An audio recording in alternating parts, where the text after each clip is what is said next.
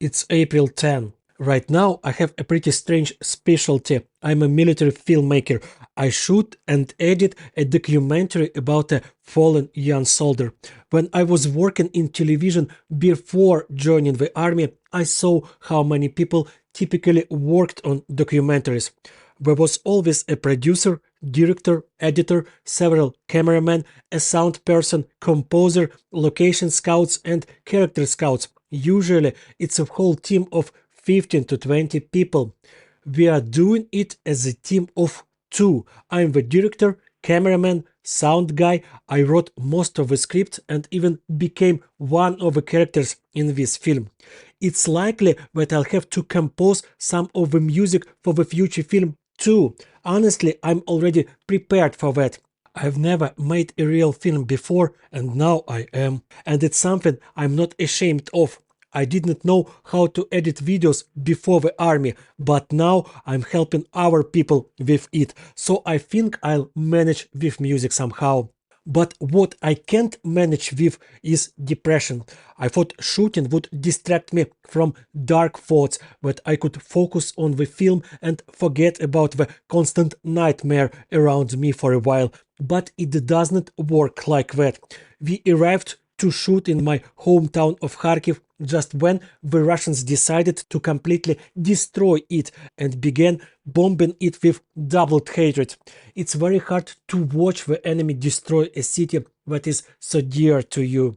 And the story of the person we are filming about isn't cheerful either. The guy was 35 when he died. He was a volunteer living behind a wife and two children. He was a person living his life, raising children, being happy, and when, bam, he's gone. Children are orphans, the wife is a widow, their world is gone, a void in its place. And that's just one story, one family.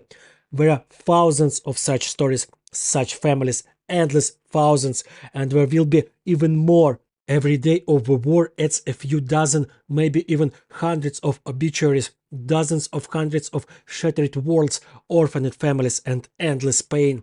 And it's very hard to come to terms with the fact that this will go on for years, that the war will continue for a very long time, that it will take countless lives, destroy new cities, leave behind many more scars. It's for years, for long years. I'll have time to shoot a movie, return to the trenches, serve in the trenches for as long as my health allows, and the war will still go on, and people will die every day, every.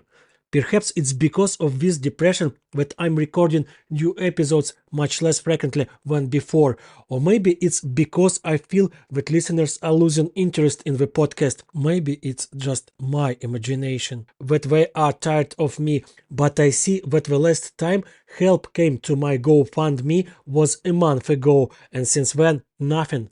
I'll try to put myself together and start recording more often again, but please don't forget about me either.